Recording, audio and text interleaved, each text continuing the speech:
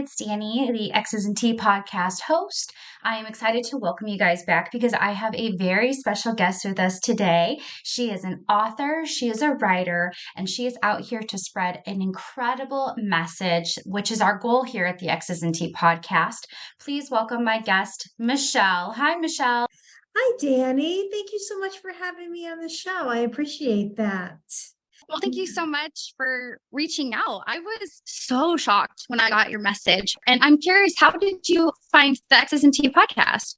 I found this through a podcast group on Facebook. I was born, pretty much a typical like early childhood. I was my parents' first child, and I went to preschool, and they started to notice some things that were off about my development, the teachers. And when I was in kindergarten, they found out that I had a learning disability, and my teacher noticed that I wasn't developing the way that a lot of my other peers were developing.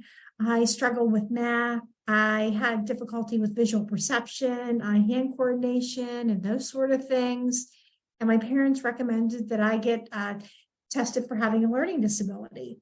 And sure enough, they found out I had a learning disability. And at the time, learning disabilities were just an umbrella term. They really didn't call them anything else. And then I can remember I had to repeat kindergarten the following year at a different school in our district. And I also began to receive specialty instruction. And school in the beginning was really hard for me. I can remember struggling socially because I was an only child for so many years and was used to being around adults.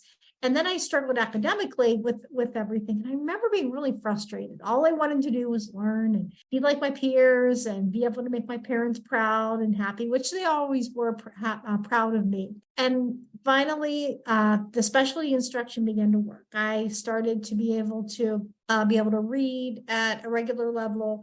I still struggle with reading comprehension, so I still did have some time where I was in learning support. But eventually the accommodations, they began to work. And I got into regular ed classes. And that got a lot easier for me. Socially, it got a lot harder as I progressed throughout school. When you're a kid and everything, it's a lot harder. Maybe you're just not invited to a birthday party or someone doesn't want to play with you on the playground. But as a teenager, it got a lot more difficult. It was just more that the peer groups became more defined, and I just really wondered where I fit in all of this. And the big question was what I was going to do after high school, because I knew that I wanted to go to college, but I feared that.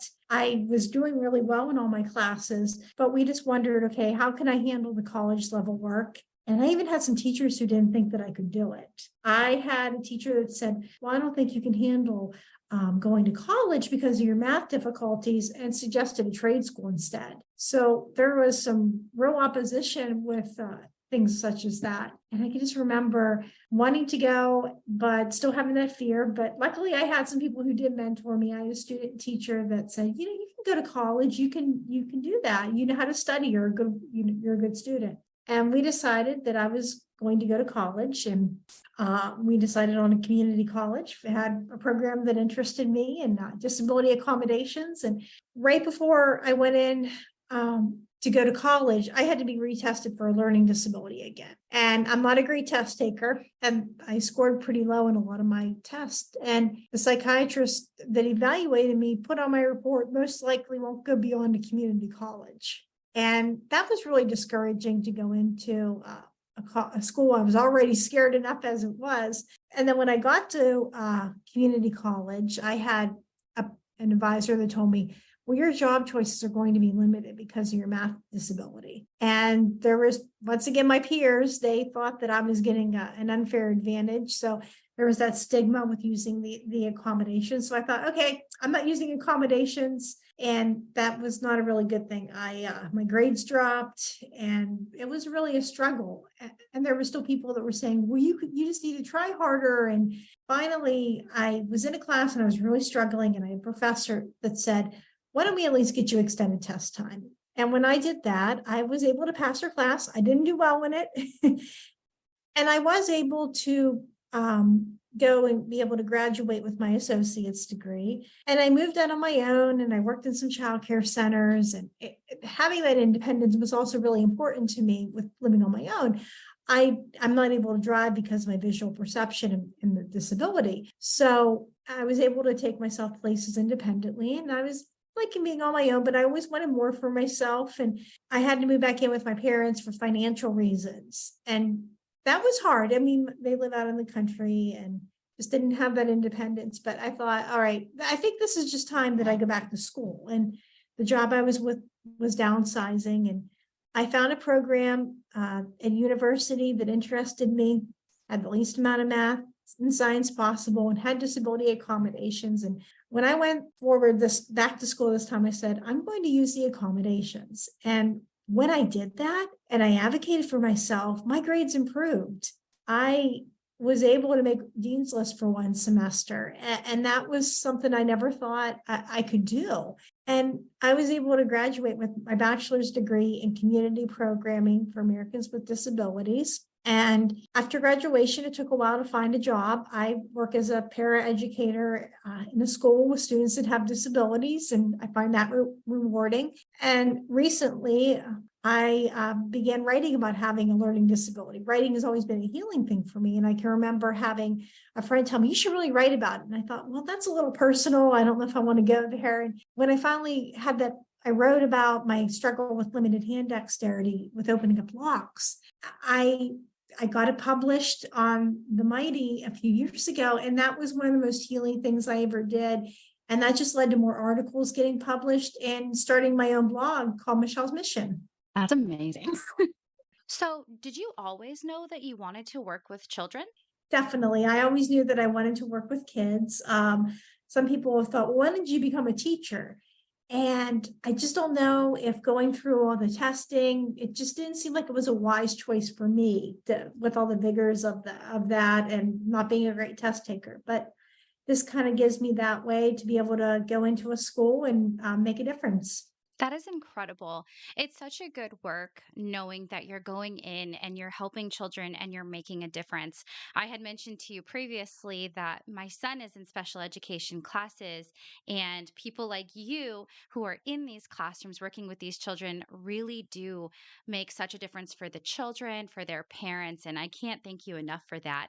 On your website, you go through what you call learning disability salad, which is how you explain different types of learning disabilities, some of which I've never heard of before. So, do you think we could go over that? Sure. So the most common one we hear of is dyslexia. A lot of people know that. So that's more of your reading-based disability where people just might have difficulty with reading and understanding things that are read.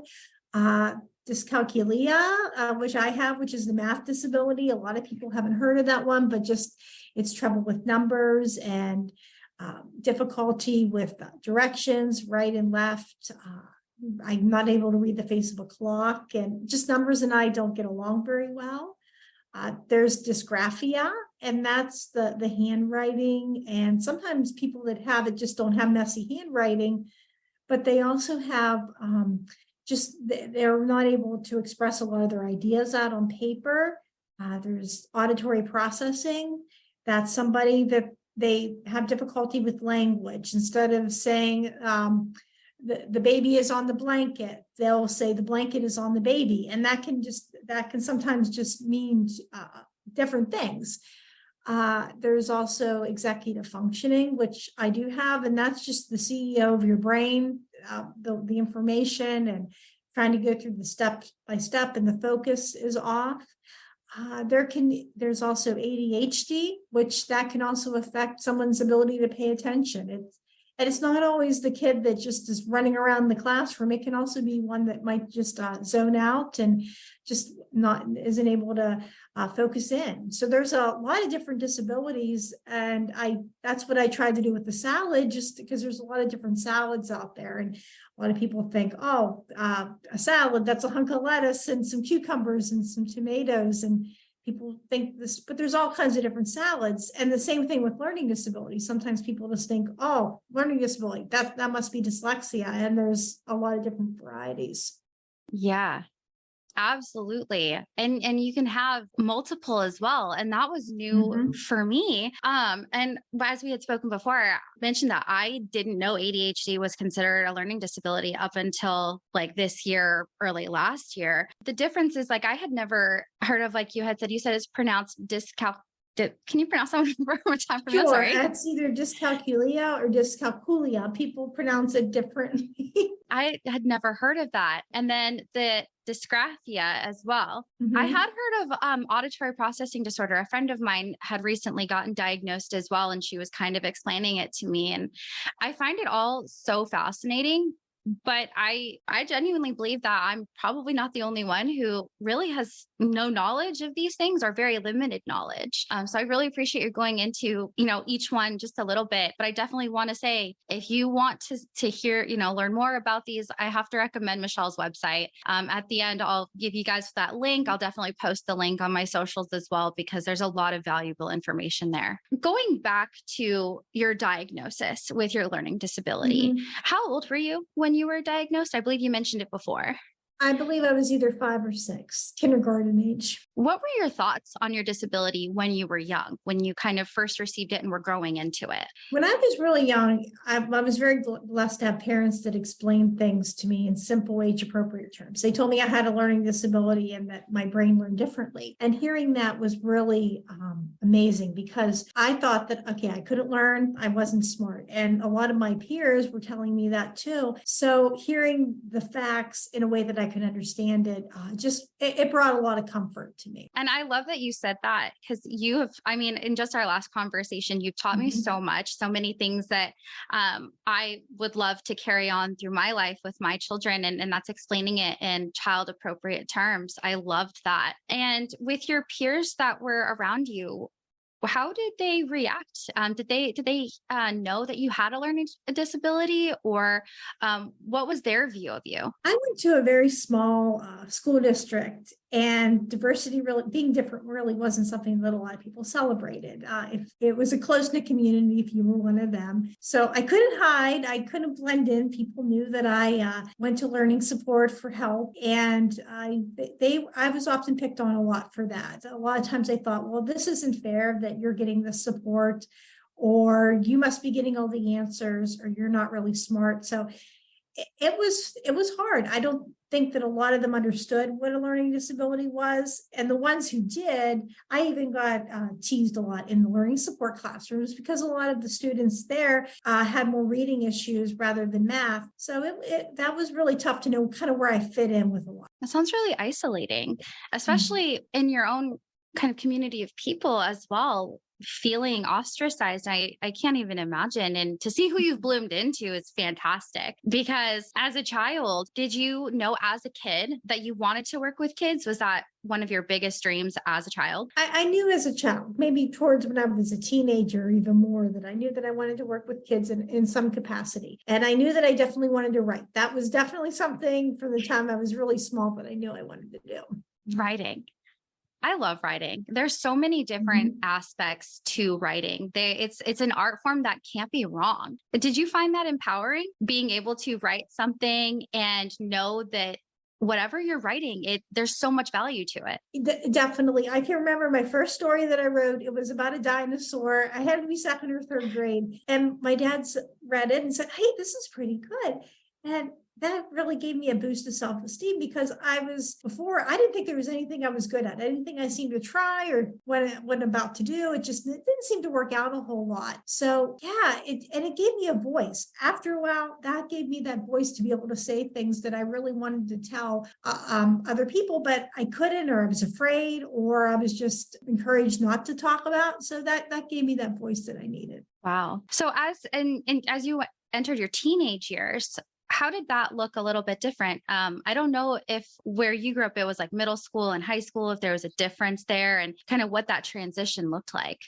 We did have a middle school and a high school, and I can just remember it got harder every year socially. That was really difficult with doing a lot of that. I really struggled just because the peer groups became more defined, and I had a lot more isolation during that time with the ones I went to school with. And one of the things I did was I found a group outside of school that there were kids my own age. They went to a different school district nearby, and they were involved with an art program. And I had acceptance. I had found people that had the same interest that I did. And I was able to shed that reputation that I had since kindergarten as being the learning disability student, or not the one that wasn't very smart. And I did come around and, share that I did have a disability, and most people were pretty accepting of that.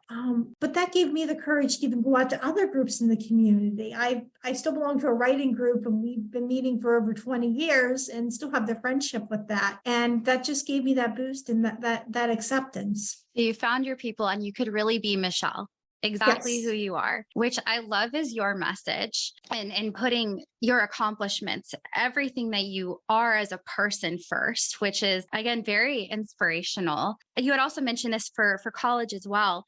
For the accommodations, you said something that is so profound, and that is fair is not always equal. Can you kind of go into that a little bit? Sure. A lot of times people will say, well, that's not fair. You're getting disability accommodations. And being fair isn't always the most equal thing. For example, somebody might need glasses, but we don't give glasses out to people who don't need them. And people don't say, well, that's not fair that I don't have glasses. And just sometimes we give people what they need, not what we think that everybody deserves, but it's what people need to have to be able to be a success. That makes a lot of sense.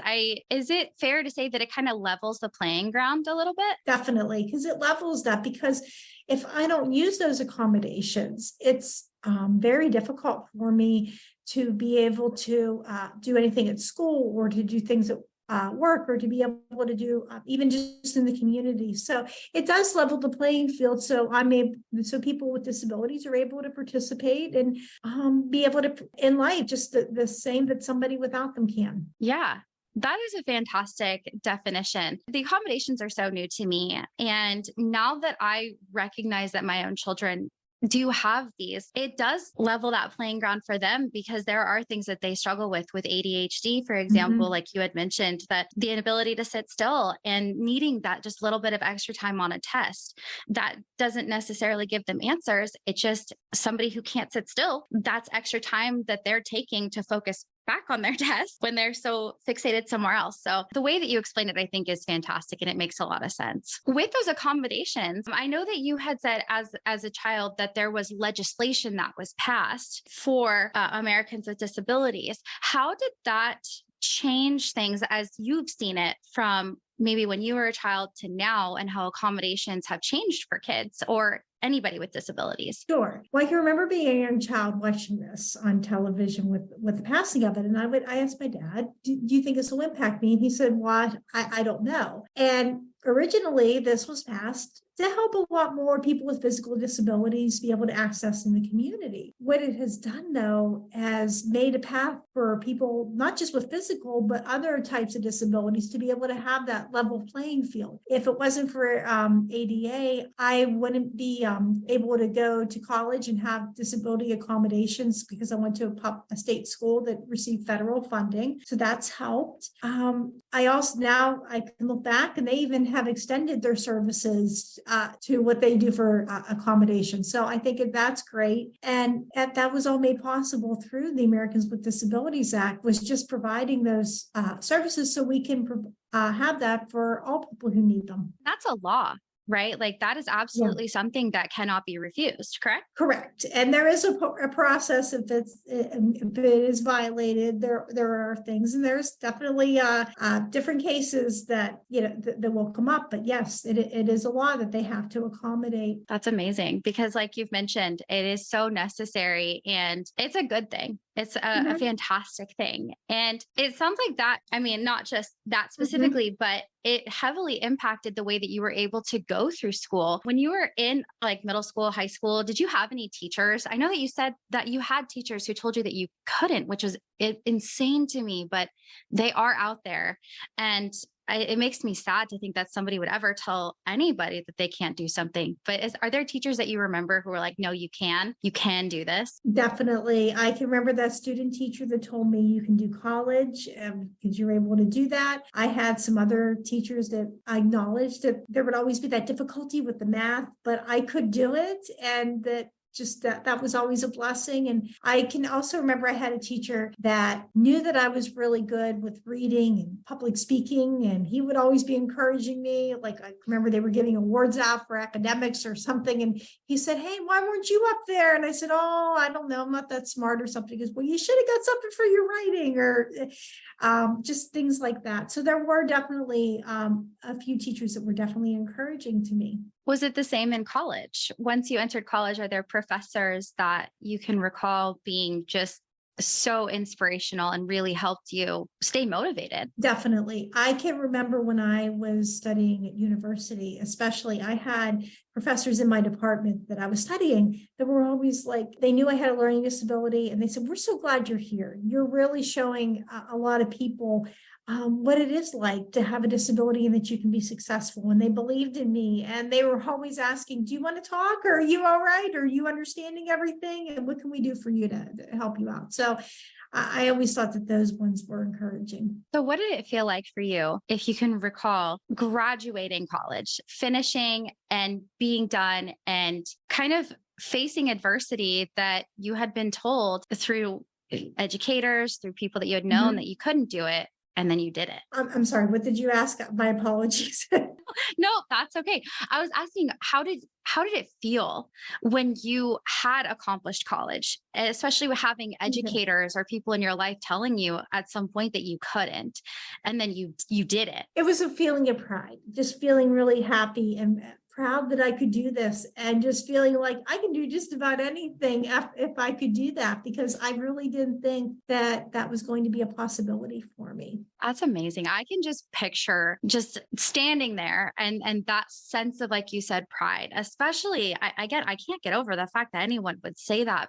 And one thing I remember you saying is that you did not love the term overcoming. Right. Can you kind of explain that a little bit? Well, I think that I'm never going to overcome having a disability. I'm always going to have a learning disability, but what I can choose is to make good decisions on how I handle it and what my attitude is towards having one. Yeah. And how do you view it now? I mean, as a child, I know that you said that your parents, they were very good at explaining it to you. Did you ever have a negative outlook? And then how did that change? I think that I did have a negative outlook when I first started out. I viewed the disability as a burden rather than a blessing. And now I view it as I now have pride. I've accepted that I have this disability. And while there might be times where it might be inconvenient, I wouldn't trade it for the world. That's amazing. And that is what I think my favorite part about your advocacy is that, and that was a huge lesson, even for me, just learning, okay, not overcoming, but is it fair to say is facing adversity okay to say? And, that is and perfectly, how,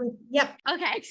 Definitely. And in facing that adversity, were there moments in time where you were just struggling, and how did you kind of pull yourself out of that, maybe emotionally? I think what helped was definitely having friends and supportive family that was, just wonderful with that too. That was always something that really helped, and just having that support. Yeah. And I can think of times just when I'm sad, calling up a good friend, like, hey, I don't believe in myself today. I kind of need you to tell me, like, hey, please believe. Yeah, exactly. Let me borrow your belief. Yeah, exactly. And so after college, what was your first couple of jobs like? How did your career start out, and how did it blossom into what it is today?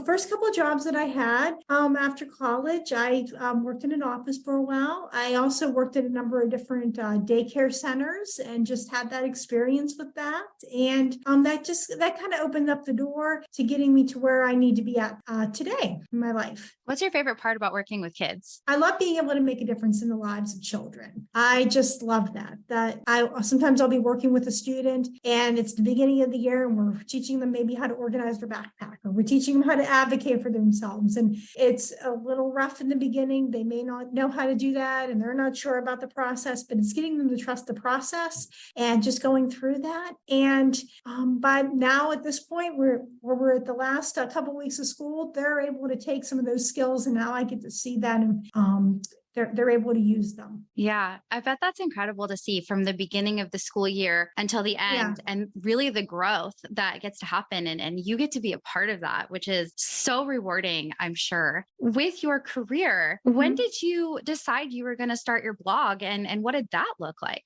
I decided to start my blog a few years ago, and I had the idea that I wanted to share a lot of my writing. Definitely, disability articles and be able to do like metaphors, but I also like to share my photography because I'm not able to drive because of my disability. And I will take pictures of flowers and things that I see on my walk. And a lot of times that helps me to be able to pick up details that other people might miss.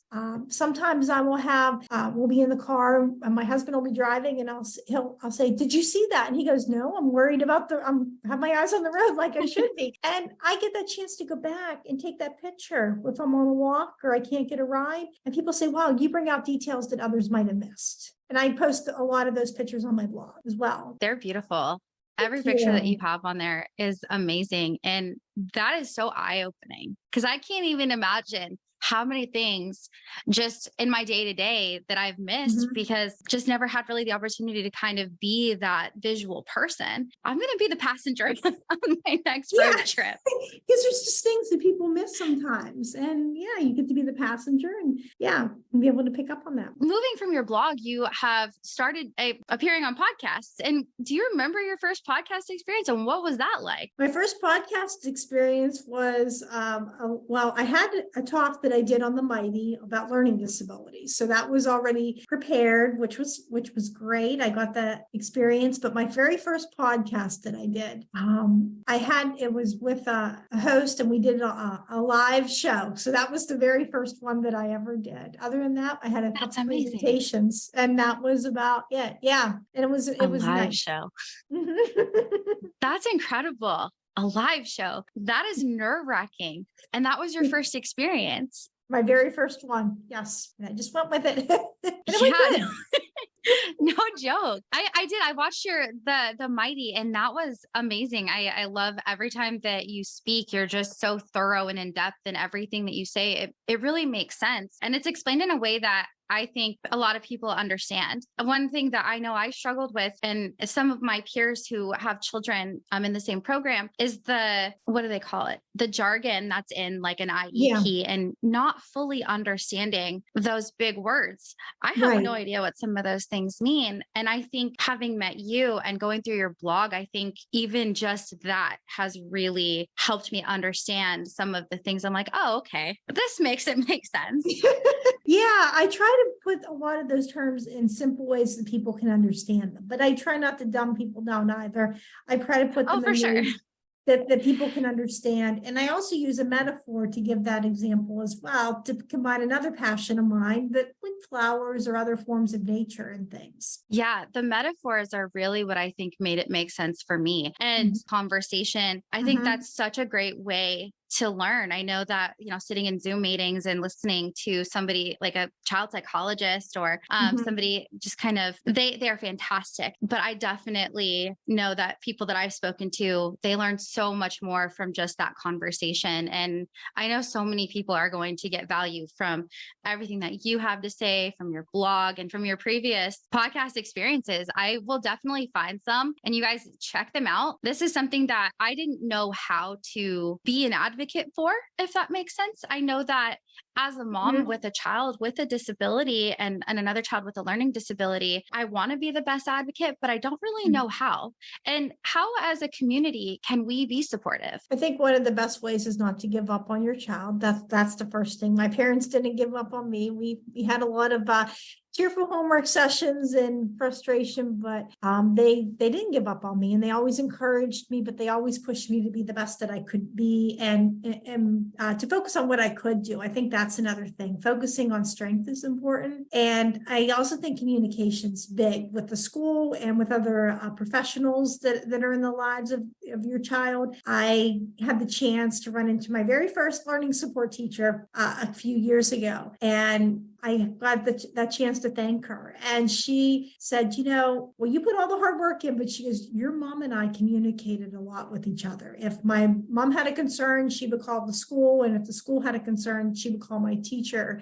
And the two of them just worked on how to make this a good experience and to give me the best outcome. So I think it's that collaboration and communication with family and school and other professionals. Yeah.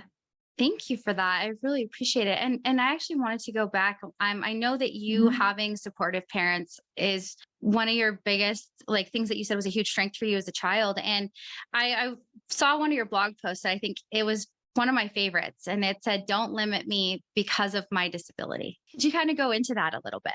See, one of the things that was really hard with having a disability was a lot of times people would try to limit me. They would say, well, you have a learning disability, so that means you must not be able to learn, or you have this disability, so this is as far as you can go with school, or as far as you can go with a job. And I always thought it was frustrating. It was almost as frustrating as the ones that looked at me and said, oh, you're normal, nothing's wrong with you, why can't you do it? It was also frustrating when I had people that said, well, you can't. And there's this, so I had to learn just where that limit was.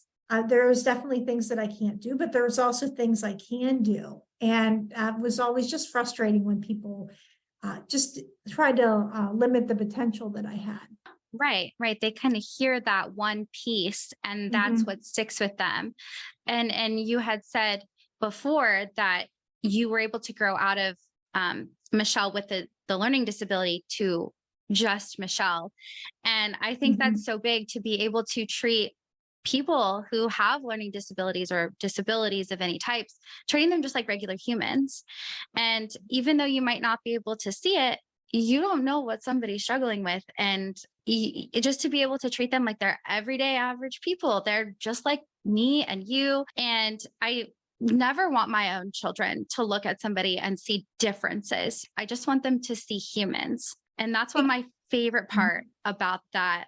Don't limit me because of my disability, because it's not fair for us to put that on you. Right. No, exactly. It really isn't. It's to see me as a whole person, not just the person that has the learning disability. The learning disability is a part of me, but it's not my whole being. And to see people as a human being, and strengths and weaknesses, and just all of that goes into making any person. Yeah.